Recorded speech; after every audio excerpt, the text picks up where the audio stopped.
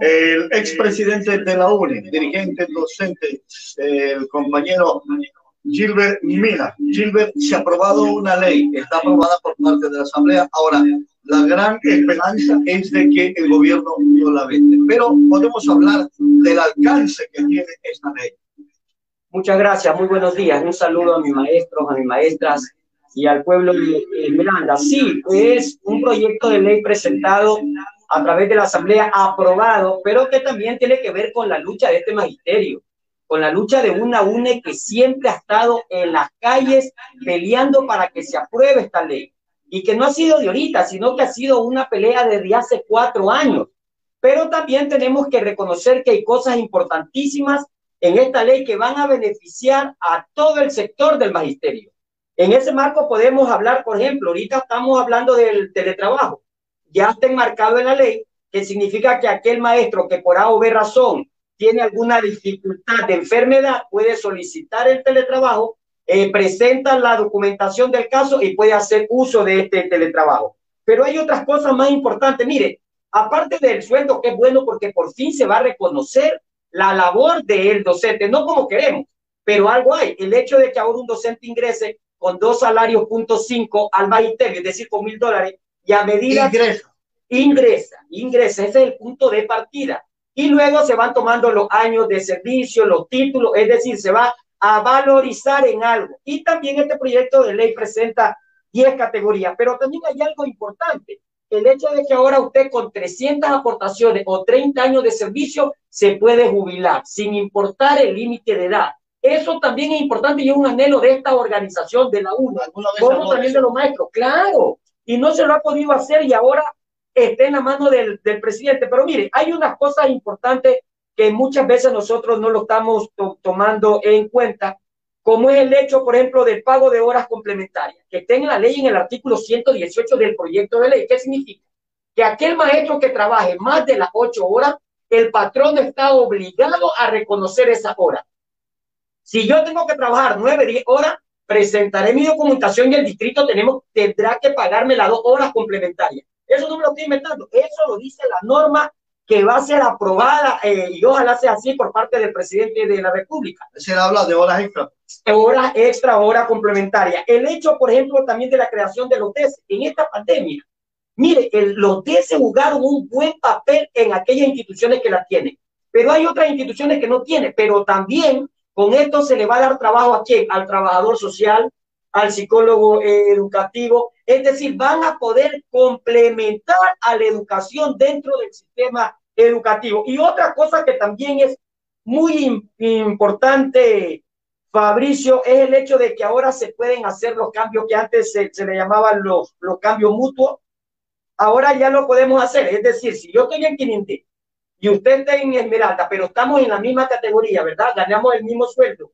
Usted tiene una dificultad porque ahí ponen algunos parámetros que tenemos que cumplir para hacerlo. Cuestiones de familia, usted puede irse allá. Cuestiones de familia, de trabajo, de riesgo, podemos hacer. Ese cambio fue eliminado, pues.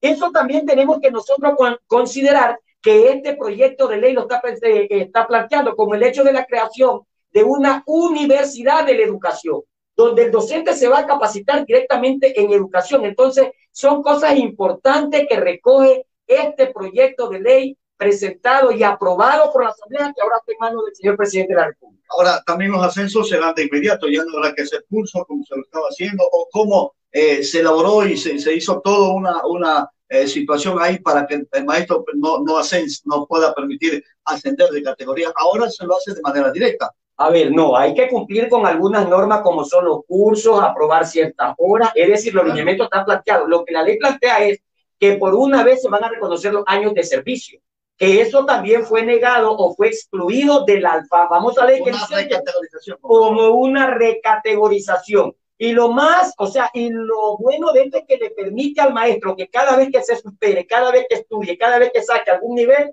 va a saber que dentro de 3 años va a estar reconocido ese título que sacó. Esto es importante. Como también plantea el año rural. ¿Qué significa? Que yo gané un concurso aquí en la escuela Juan Montalvo. No significa que yo voy a ir de una vez a la escuela Juan Montalvo. Yo tengo que cumplir con lo que dice la norma. El año rural significa que tengo que ir al campo, como nosotros llamábamos antes a hacer la conscripción. Todo maestro tiene que saber lo que es el campo, trabajar en una zona rural para luego venir a la ciudad. Todo este proceso, ¿no? Esperemos que el gobierno lo apruebe, que es lo más importante. Una lucha de cuántos años, de 14 años que no se ha logrado el incremento salarial, pero ya venía antes esa lucha. Miren, nosotros creemos que aquí hay dos opciones porque hay que hablarlo así. Está el hecho del señor Arau, que es de la misma línea del correísmo, 14 años, no lo estoy diciendo yo, lo dice la historia a medida de lo que se ha recogido de cómo hemos venido sufriendo los docentes, sin incremento salarial, maltratado, vejado por las autoridades de turno y otras cosas. Y está la otra opción que es el señor Lazo. Hay que conversar. Mire, si nosotros nos vamos a la historia, la mayoría de los incrementos salariales que se le ha otorgado al magisterio ha sido en los famosos gobiernos de derecha, con la lucha, porque aquí no nos han regalado nada y tenemos que seguirlo haciendo. Pero yo creo que si confiamos en alguien que nunca valoró la formación docente, que antes nos humilló, que nos quitó los beneficios, vamos a seguir por la misma línea. Tenemos que confiar en otra línea entonces. Entonces en ese marco creemos que Guillermo Lazo puede recoger las aspiraciones que nosotros tenemos. Si no la cambiaron en 14 años, ¿cree usted que lo van a cambiar ahora? Independientemente de aquello, es importante que este gobierno lo deje en marcha ya esta ley, que no sea vetada. Mire, el gobierno tiene 30 días. Si no toca la ley, se supone que fue aprobada y pasa por el Ministerio de la Ley.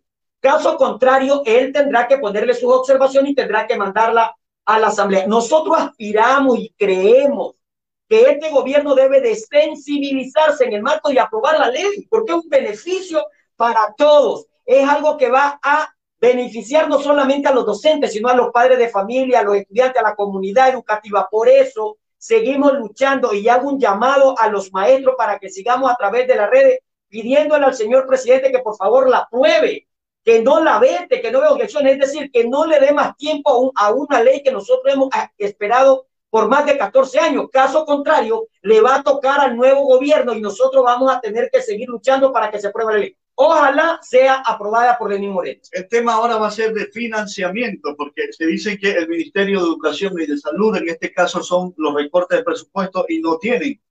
Mire, si nosotros hablamos de financiamiento, tenemos que hablar entonces del hecho de cómo el gobierno para una cosa sí, para otras cosas no.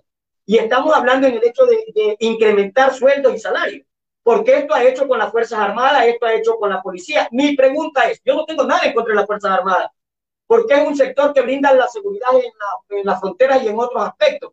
Pero la cosa es, si no hay guerra, si no hay nada, ¿cómo le incrementamos el sueldo? ¿Para qué? Y con los maestros que estamos en primera línea, que estamos luchando, ¿por qué no? Pero también, acuérdese que la misma Constitución plantea que el 6% del Producto Interno Bruto tiene que ser invertido en educación. Entonces ellos buscan la forma más fácil, recortémosle a educación y a salud cuando son las cosas prioritarias. Nosotros creemos de que una vez que esté aprobado y una vez que el señor presidente acepte, ellos tienen que buscar los recursos porque hay otros sectores en los cuales deben de eliminarse algunos ministerios, algunas subsecretarías, eliminarse, por ejemplo, la cantidad de asesores que tienen algunos ministros o que tienen los mismos asambleístas. Cuando uno quiere, puede. Solamente es cuestión de ver dónde podemos nosotros reajustar para sacar el presupuesto que vaya al servicio de los docentes.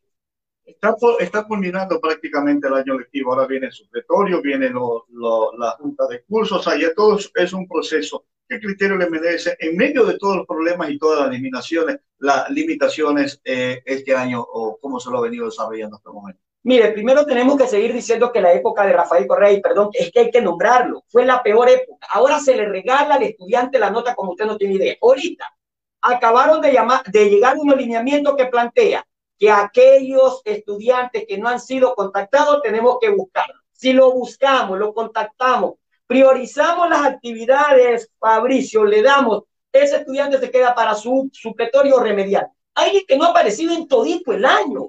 ¿Usted cree que lo que no vio durante todo el año lo va a poder grabar, adquirir, fomentar en un mes y medio? Entonces, seguirle dando a los estudiantes mayor fortaleza para seguir vagando. Pero yo creo que también tiene sus cosas positivas, porque hay estudiantes que a pesar de la pandemia, a pesar de las dificultades, siguen siendo buenos estudiantes, siguen sobresaliendo, pero también ha permitido que los padres de familia se empoderen en lo que tiene que ver a la educación de sus hijos. Usted lo acaba de decir. El día viernes tuvimos ya las juntas de curso. Ya vamos a entrar a los supletorios, a los remediales, con aquellos estudiantes que han estado ahí, con aquellos estudiantes que trabajaron con nosotros diariamente, que tuvieron que meter la recarga. Entonces yo creo que esta ha sido una labor y un sacrificio del magisterio, acompañado de los padres de familia y de los estudiantes. Sí. Por lo que tenemos ahora para el próximo año, me imagino que vamos a iniciar virtualmente, no se ha vacunado a los docentes, habrá que vacunar a los estudiantes, habrá que tomar una serie de precauciones. El magisterio debe de prepararse para continuar virtualmente. Ojalá alcancen las vacunas, perdón por ser tan sarcástico, pero yo no sé si usted se ha dado cuenta, han sido vacunados chefs, han sido vacunados estudiantes de medicina, han sido estudiantes, personas que no tienen nada que ver en la primera línea de lo que se trabaja. A los médicos no, es decir, se vacuna a todo el mundo. Entonces, si no hay vacuna para los médicos que están constantemente ahí, yo pregunto, ¿habrá vacuna para los docentes? Si ellos priorizan y están diciendo primero las Fuerzas Armadas, o no se han dado cuenta que el orden que ellos tienen, a los docentes nos ponen atrás, es decir, van a ir sacando y a medida que vaya llegando es que le van a dar a los docentes. Mi pregunta es, ¿por qué primero no los docentes? Si tienen tantas ganas de hacernos volver a los establecimientos educativos, pero así como usted está planteando, ojalá nosotros seamos parte de esa vacuna, que creemos que no solamente debe de ser los docentes, deben de estar incluidos dentro de ese grupo, la comunidad educativa, es decir, padres de familia y estudiantes, porque de qué vale que el docente esté vacunado cuando vamos a recibir a un estudiante o a un padre de familia que no está vacunado. Nosotros creemos que debe de ser integral, debería de ponerse a los maestros, pero dentro de la comunidad educativa, padres de familia y estudiantes. Ahora, dentro de este mes que queda y que se dé a vacaciones, si vamos a retornar a clases presenciales, hay que preparar las condiciones en los planteles educativos. Bueno, yo creo que primero debería de pensar el gobierno en reestructurar los planteles educativos. En este año los planteles educativos han sufrido bastante desgaste. Es decir, están sumamente mal, podríamos llamarle así. Tienen moho, el monte, el zinc totalmente destrozado, algunas paredes también ahí donde filtra agua. Para ellos poder primero mandarnos a que los maestros retornemos a nuestra actividad educativa, primero deberían de reconstruir los planteles. Segundo, deberían de buscar la forma de la bioseguridad, pero para ello es fácil. ¿Sabe qué es lo que dice? Cada rector y vicerrector tendrán que buscar las condiciones y los medios para poder tratar la bioseguridad. Es decir, nosotros tenemos que comprar de lo que no hay. Por eso que se hace urgente, señor presidente de la República, que usted apruebe esa ley, porque tras que nosotros ganamos poco, invertimos nuestro dinero. Si ganamos un poquito más, vamos a seguir invirtiendo un poquito más. Por eso es que llamamos a la sensibilidad, no solamente de usted, sino que también los mismos legisladores que están ahora puedan seguir presionando para que esa ley pueda ser aprobada.